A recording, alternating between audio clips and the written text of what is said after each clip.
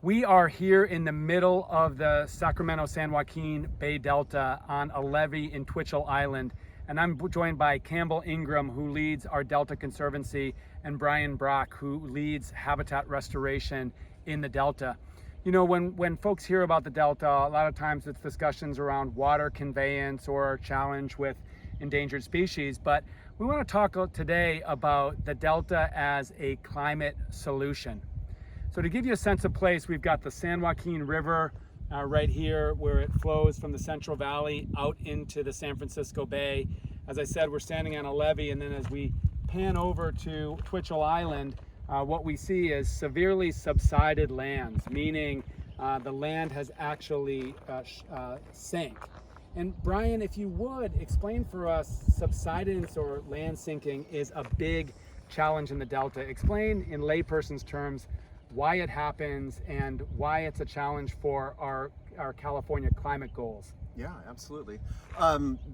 These islands were created 7,000 or more years ago.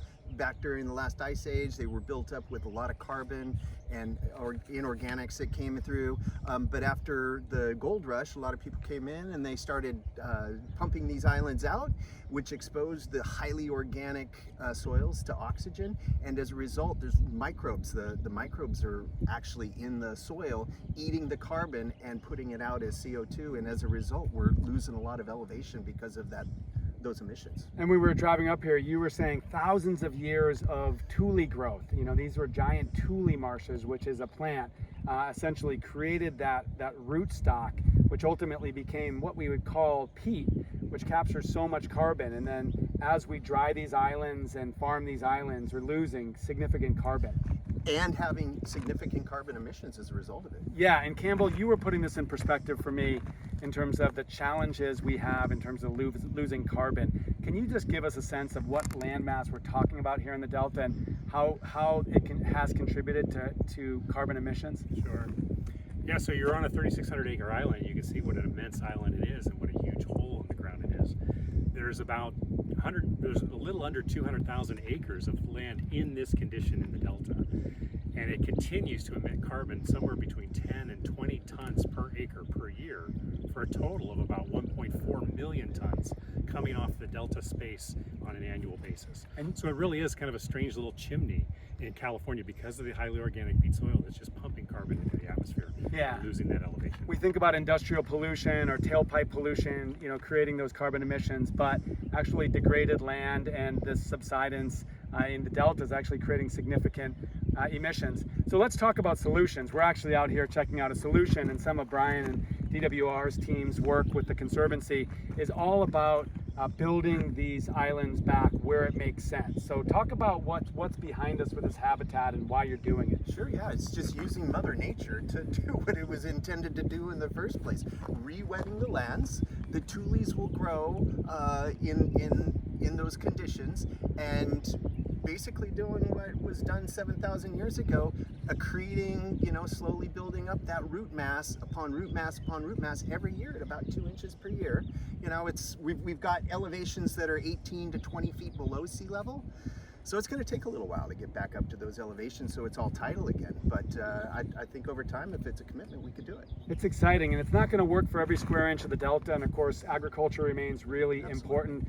Water supply, water conveyance remains important, but it seems like it's a win-win in terms of re-wetting where it makes sense, storing back up carbon, reducing those carbon emissions, creating more habitat, and ultimately solidifying our system in the Delta, both for farmers and also our water supply.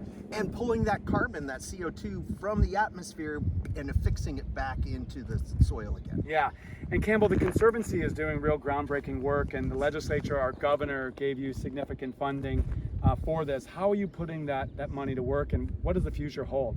It's a really, really exciting time. We feel like we've kind of hit the top of the wave here. We've just funded a $20 million project to look at Web Tract, and it's a 5,500 acre island. And we're going to put the whole island in a mosaic of managed wetland and rice cultivation.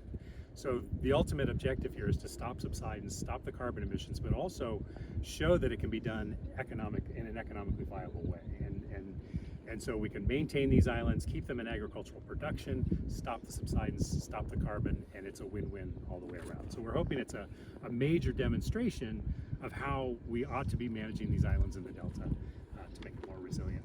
Yeah, well, thanks for the work that you do in partnership with so many in the Delta. Brock, thanks for all you're doing in the Delta. This is really exciting, and I think part of this is helping people understand both the contribution of land management in the Delta to our carbon challenge, but importantly, the solutions. And so I'm really excited to scaling this up here in coming years. Great, thanks. Thank you.